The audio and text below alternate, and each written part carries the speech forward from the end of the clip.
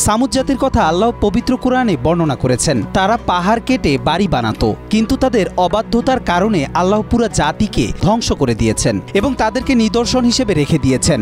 জর্ডানের পেট্রে নামের ঠিক এরকমই এক শহর খুঁজে পেয়েছে গবেষকরা, যারা পাহাড় কেটে বাড়ি বানাতো এবং ভূমিকম্পে পুরো জাতি ধ্বংস হয়ে গিয়েছিল। সামুদ জাতি সম্পর্কে আল্লাহ কোরআনে বিশদভাবে বর্ণনা করেছেন। তাদের অন্যতম বৈশিষ্ট্য ছিল যে তারা পাহাড় কেটে প্রাসাদ বানাতো। 250টিরও বেশি ডিজাইন অপশন নিয়ে ওয়ালটন স্মার্ট ফ্রিজ, বোঝে আপনার প্রয়োজন। মহান আল্লাহ কোরআনে বলেন, স্মরণ করে রাখো যখন তিনি তোমাদেরকে আদ জাতির ওপর উত্তরাধিকারী বানিয়েছিলেন এবং তোমাদেরকে জমিনে বাসস্থান দান করেছিলেন। তখন তোমরা নিজেদের জন্য সমতল ভূমিতে প্রাসাদ তৈরি করেছ এবং পাহাড়ে ঘর তৈরি করেছ। কাজেই আল্লাহর পক্ষ থেকে দেওয়া অনুগ্রহ স্মরণ করো এবং পৃথিবীতে অশান্তি সৃষ্টি করো না। আল্লাহ সামুদ জাতির কাছে হযরত সালেহ আলাইহিস সালামকে পাঠালেন, কিন্তু তবুও তারা সতর্ক হলো না। তারা দূরে একটি পাথর দেখিয়ে সালেহ আলাইহিস সালামকে বলল, এই পাথরের ভেতর দিয়ে একটি স্ত্রী উট এনে দিতে, যেটি কিনা লম্বা হবে, সুন্দর হবে আর 10 মাসের অন্তঃসত্ত্বা হবে। যদি তিনি তা আনতে পারেন তাহলে তারা বিশ্বাস স্থাপন করবেন। আল্লাহর হুকুমে সালেহ আলাইহিস সালাম ঠিক এমনই একটি উট আনলেন আর শর্ত দিলেন যে সেই উট যেদিন পানি পান করবে সেদিনই তারা কেউ পানি পান করতে পারবে না আর উটটিকে কেউ আঘাত করতে পারবে না।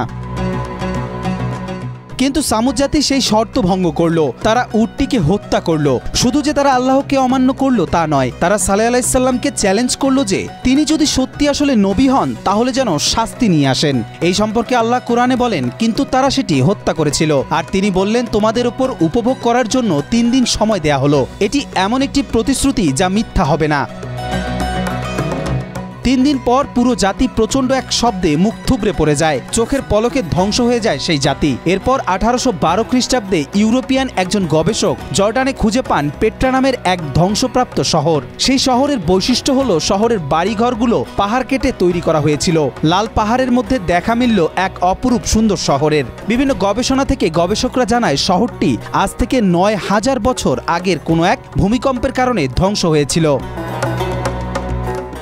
এরপর থেকে গুঞ্জন উঠতে থাকে যে হয়তো কোরআনে বর্ণিত সামুদ জাতির নগরী এই পেট্রা। কোরআনে বর্ণিত শহরের অবস্থান, শহরের বসতবাড়ির গঠনের বর্ণনা সব পেট্রার সাথে মিলে গেলেও একটা সমস্যা সামনে আসে। গবেষকদের আবিষ্কার সময়কাল আর কোরআনে বর্ণিত সময়কালের মধ্যে বেশ পার্থক্য দেখা যায়। এ নিয়ে শুরু হয় বিতর্ক। কিন্তু মুসলিম ইনক নামের এক সংস্থা 2022 সালের একটি প্রতিবেদনে তুলে ধরা হয় যে প্রত্নতাত্ত্বিক সময়কাল নির্ধারণ করার পদ্ধতিটি শতভাগ নির্ভুল না। একই প্রাচীন জিনিসের বয়স ভিন্ন পদ্ধতিতে ভিন্ন রকমের বের হয়। তাই সম্ভাবনা রয়েছে যে পেট্রা শহরের বয়স নির্ধারণ পদ্ধতিতে ত্রুটি থাকতে পারে। এছাড়া প্রতিবেদনটিতে আরো বেশ কিছু তথ্য প্রমাণ ও যুক্তি তুলে ধরা হয়। তবে আসলেও পেট্রা শহর কোরআনে বর্ণিত সামুদ জাতির ধ্বংসাবশেষ কিনা তা নিয়ে হয়তো আরো গবেষণার প্রয়োজন।